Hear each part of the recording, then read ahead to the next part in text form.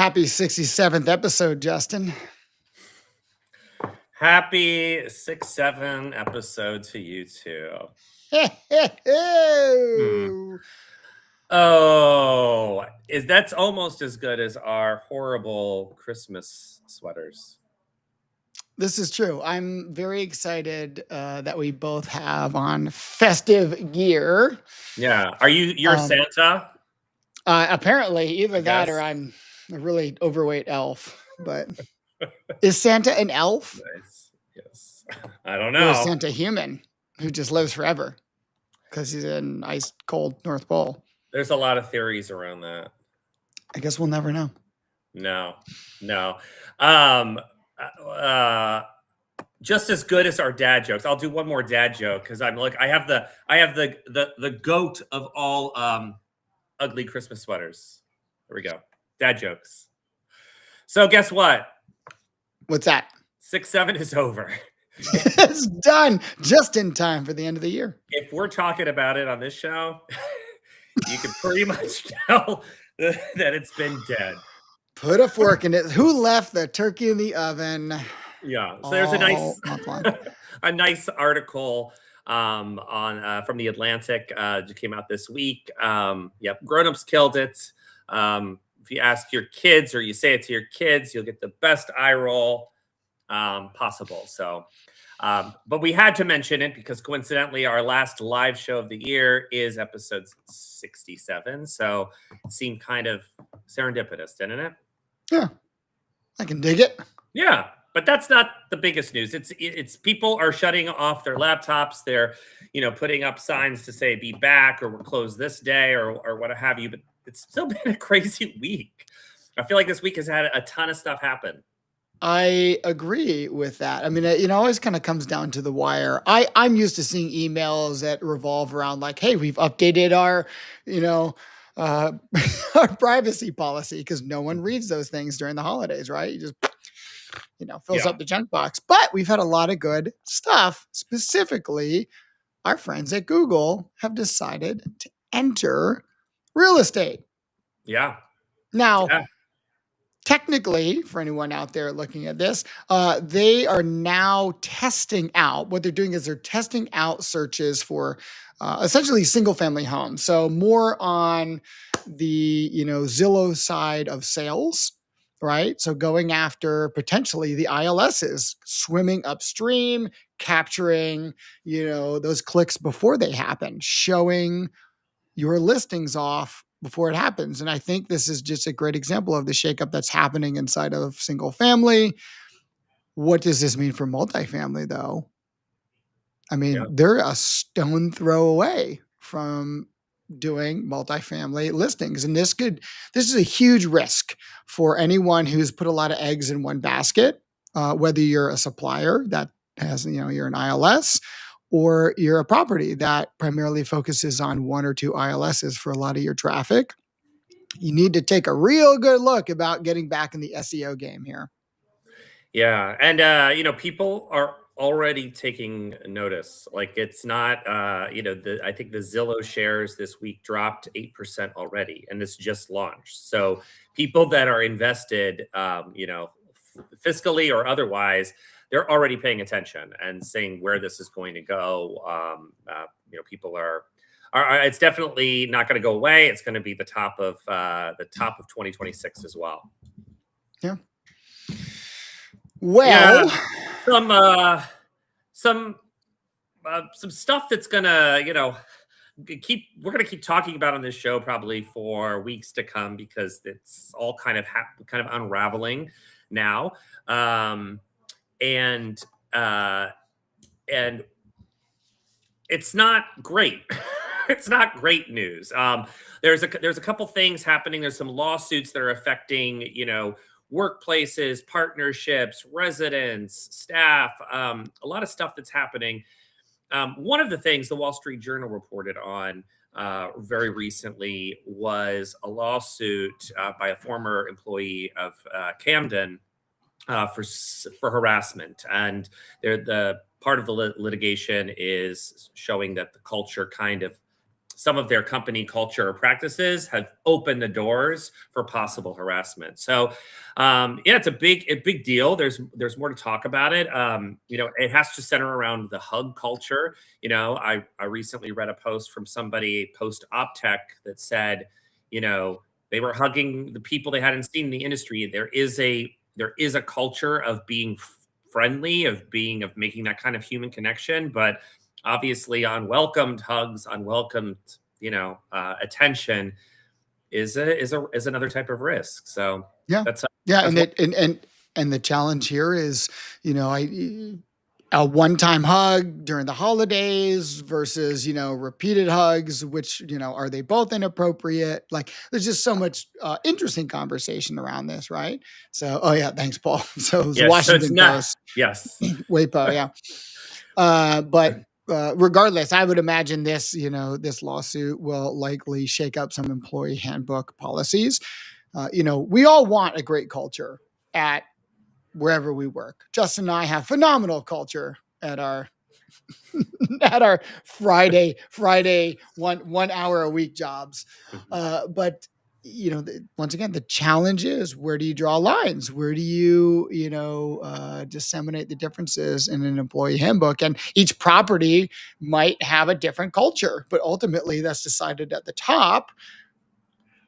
But it trickles down to everyone. Yeah, and depending on how that's interpreted, or kind of what's modeled on in a team or on a group, there's always gray lines. So being diligent in order to make sure that um, you know um, voices can be heard, that there's channels to talk about these things. So that was one of the things that went by quickly, and then there was some more lawsuits popping up in our feeds this week. Eric, do you want to Yeah, kick off the story? sure. Well, there's an insurance company that has been working with the PMS. Beagle Insurance has been working with AppFolio. They were partners, and lack of a better term, I think some shit started to hit the fan. Some things were being said. The insurance company Beagle was having frustrations with their partnership with AppFolio. And then vice versa. AppFolio has had frustrations with Beagle, and it has ended up inside of a lawsuit in which I can only describe via the introduction of I guess this is like a countersuit from AppFolio, who is the plaintiff here. They're essentially the introduction line in their lawsuit is: defendant Beagle is named for a pet, but runs its business like a parasite. So yes, so we're Shots bringing fired. I mean, we're this is like a rap battle, but it's like a SaaS battle, right? Yeah. Well, partnerships, integrations, channel distribution, all that stuff can be very tricky, right? There's a lot of due diligence. There's a lot of education that has to go on both sides of teams, because you're having multiple people essentially work with clients, work with property management, work with residents, work with different folks, and so not being super clear, whether intentionally or unintentionally, can create this gray space, kind of like we talked about right before, where bad things can happen or frustrating things can happen. And yeah, it's not a pleasant, fun story for the holidays. We figured we'd make it really dark because it's wintertime, because we're going to look for the light next week. But these things do happen, and this is just kind of the tip of the iceberg. I mean, there's Reddit threads about this stuff. There's different people have obviously different points of view depending on where they come from. But we'll kind of see what shakes out with this. And I think we do wish everybody dealing with it, both in the middle of it, but also residents, properties, folks that are kind of the bystanders but are being affected. We hope that it's an easy process for them as well.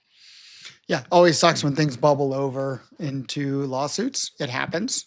But we will be keeping track of this because it sounds very important.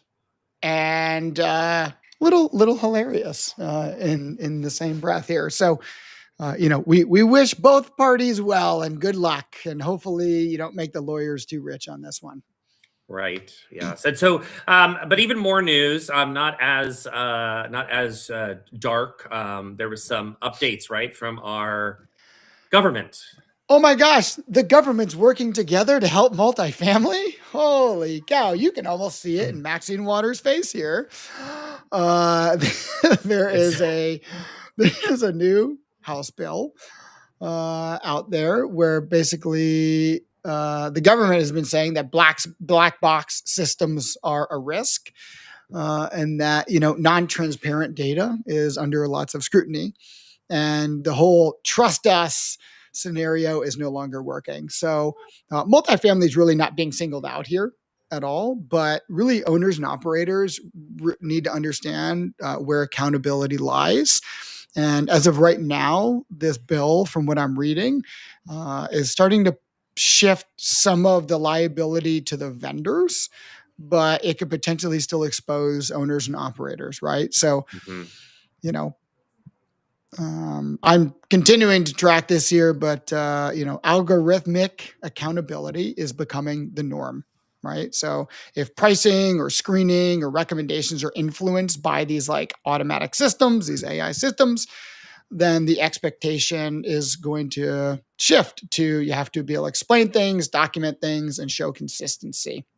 Yeah, and that's exactly, not to flash back too far to last month, but that's exactly what we heard out of OpTech multiple times, which was you have to show your work, like whatever you're suggesting, whatever you're creating or proposing, whatever that information is, you have to be able to show how you got it.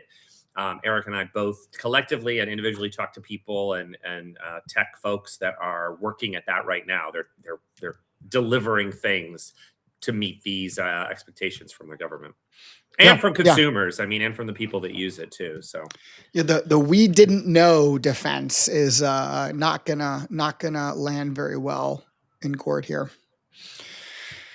So our show's more than just 6-7, right? It's actually 2025 is our focus. I think we wanted to not recap the industry and not do predictions just yet. We'll do those in January, but we wanted to just kind of highlight some of the stuff and themes and moments that kind of happen specifically with Multifamily Weekend Update. Yeah, and also we, by the way, Justin, we've had an intern this entire time. And just yours, I guess. Well, yeah, I mean, someone has to, manage the intern, right? So, yeah, I guess. So who's this intern? I kind of forget her name, but the main thing is we have this awesome intern. Remind me about that workplace culture again, Eric, that we have here. It's fine. They'll be gone next year, and we'll get a new one. Gotcha. They're expendable, just like AI. No, so we had our intern put together a Wrapped session because that's all the rage now, right? If you've all gone out and done your LinkedIn Wrapped or your Spotify Wrapped, we have decided to task our intern with her final project of the year of doing that. So, without further ado, hi, I'm the intern. I was told to produce a fun recap video. What I was given instead was an entire year of multifamily news. This is Multifamily Weekend Update, 2025 Wrapped. Please clap. I haven't slept. Here's what I learned working here. The Multifamily Weekend Update is not a podcast. Sorry, I've been instructed to say that legally. It's true. It's a weekly news show where serious industry topics are discussed with satire, slides, and at least one joke about the Federal Reserve. Okay. Think SNL meets The Daily Show. If both were trapped at a leasing office. 2025 can be summarized as concessions are strategic, AI is coming, rent control does not work, and nobody likes their ILS bill. That was the year. Can go now? No? Okay, this year, concessions stopped being a tactic and became a lifestyle. If you weren't offering 2 months free, were you even trying? At one point, the show discussed concessions so often, I started offering my own labor at net effective pay. We also covered rent control. A lot. Mostly to explain that it does not do what people think it does. We talked revenue management, algorithms, regulations. Every time someone said black box, I lost a year of my life expectancy. AI was everywhere in 2025. AI leasing, AI forecasting, AI dashboards. Still no AI that could answer the leasing phone correctly, but we're close. Very close. Probably next quarter. There were conferences. So many conferences. OpTech, NAA, airports, booths, Wi-Fi not working. At one point, I believe we lived in Terminal B. But genuinely, 2025 taught us that multifamily is changing. Data matters. Alignment matters. Transparency matters. And humor helps, because otherwise we'd all scream. Thank you to our guests. Thank you to our audience. Thank you to whoever approved this show format. This has been my recap. And possibly my 2 weeks notice. See you in 2026. What?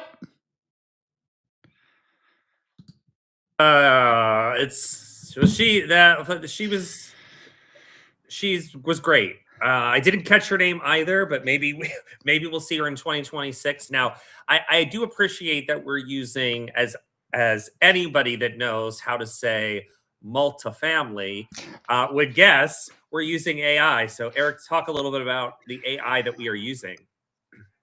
Yeah, sure. I mean, you can spill the beans on our AI intern. Yeah. Yeah, we've hired an AI intern and we figured, why not? So somebody liked it out there on the interwebs. Yeah. Just wait. We have more at the end of the show. No, it's good to use AI even in silly ways because you learn, right? A lot of the ways that you learn how to use tools is through A/B testing, experimentation. We will have these kind of virtual, I mean, we're already seeing it, right? In some instances of virtual tours, of virtual AI chatbots, of people that you're talking to. This was definitely very, very clever. I appreciated a lot of little hidden gems. However, I will say, I think the human humor delivery is still in our corner, right? I don't think AI has conquered that, which is so. I'll be employed somewhere maybe because of that. Yeah, of course. Well, Steve Matre, hopefully your coffee is still in your mouth somewhere, but glad you appreciated it. All right, let's run through the industry highlights here, and then we'll finish up fun and let you all get on to your holiday parties and your coquito and all your good stuff. A couple things, right? So Aimco is, if you haven't read in the last several months, they're winding down. They're kind of like, getting rid of their last bit of assets. Most recently this week, they're selling the Chicago portfolio to Latera Capital Management, an arm of Latera Development. And they only have a few more markets, I think, to go for their kind of goal of liquidating those assets. Yeah, I mean, I was not around in the industry as much when they were the top dogs, but I know you were. Jeez, that's a cold burn. See, AI couldn't do that. AI couldn't do that. Passive aggressive insults, but also kind of a compliment. It's not an insult. I'm just saying. I'm just saying you've been there. Yes, so it is a momentous thing. Congrats to Latera on acquiring those new assets in Chicago, and we'll see some more of that happening top of the year. Laz is investing, Laz Parking, which we all probably know if we live in a city somewhere. Laz Parking is investing in Epic Charging. So congrats to Epic Charging. That's EV charging. The goal is to accelerate and increase EV charging across North America in the coming year. Yeah, I'm kind of surprised we don't see more of this in the news. Although I know that there was, EV was like all the rage 2 years ago. It still is important, but everything from infrastructure, physical infrastructure that needs to be done, to the shakeout of partnerships and who's the best and who's doing X, Y, and Z, who integrates the best, right? It all has to get figured out. And I think we're at that point where Laz was able to make a choice, and they chose Epic. Yeah. Very, very exciting. In some feel-good kind of, exciting news for Monica Frazier. If you don't follow her, she's an industry thought leader among many things. She talks a lot about resident needs, resident relations, experience, all of that.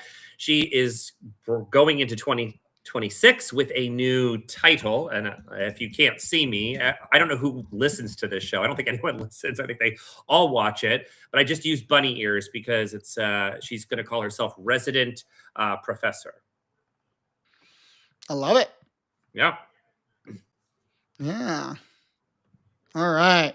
And finally, the last kind of bit here, which I thought was really interesting. So we had a data analyst, Rebecca Kirby, who shared, people are talking about affordability right now. I don't know if you know, but it's in the conversation of our country.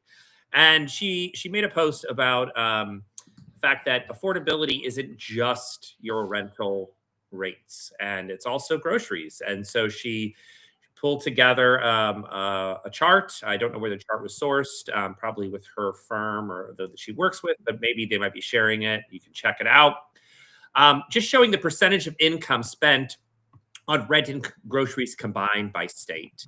And we're talking, for a lot of states, it's well around 40-some%. Like in a lot of places. So that's almost half of your income going to just those two things, right? So very, very interesting point. Just something to think about. Also, I changed my title to Merry Maker, so I will be very holiday centric today, but something to think about in the holiday season. If you do have roofs over your heads, if you do have food on your table, count your blessings. And if you can share with others or do something good, please do something. Well said. I've got my box of donations in the car. It's been sitting there for a whole week. That's how it goes. I have a few as well. I still haven't got, but this is the time of year. It's also the last time if you're making a financial contribution to an organization that you admire or work with, you want to get that in before the end of the year for your tax purposes. So today is, speaking of the holidays, there's something born today. It's a very famous tale. It's probably playing in one of your regional theaters. It's probably saved on Amazon or pushed to you through Apple or something, but it's A Christmas Carol. It was first published today, December 19th, I think like 1843. Let me double check that, 1843. Do you have a favorite Christmas Carol version, Eric? The one where you're in it, Justin. Oh, that one. Yes. I'm going to say The Muppet. The Muppets are my favorite. So personally, in our house, that's the one that we'll watch multiple ones, but we always watch that one. I do like that. Ryan Reynolds is actually in a fairly new one that has a new take on it. That came out on Netflix a year or two ago. Okay.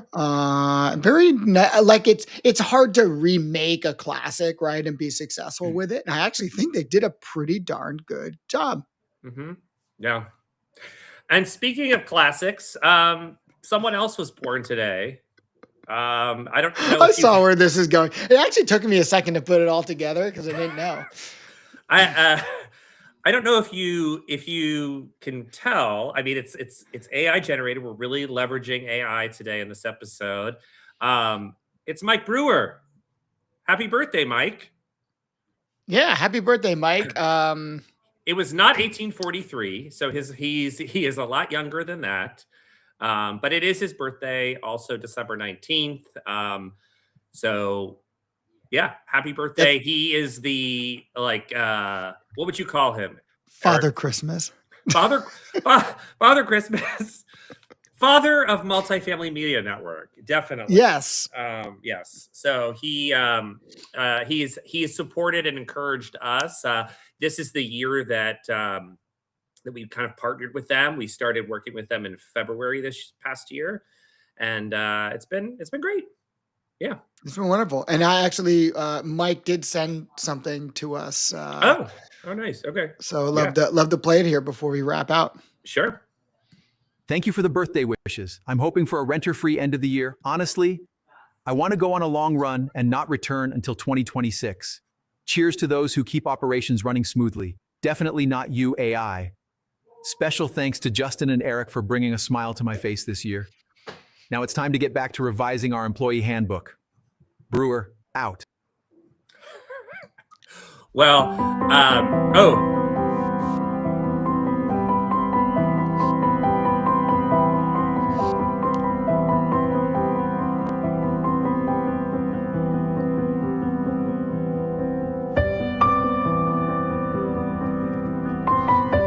Thanks to everyone for watching, contributing, and helping out. We appreciate you all. Have a Merry Christmas and Happy New Year. and a great weekend. Have an awesome weekend. Yeah, and this music is by Angie Latovsky, who is a part of Multifamily. You can check out her YouTube channel here. Bye, y'all.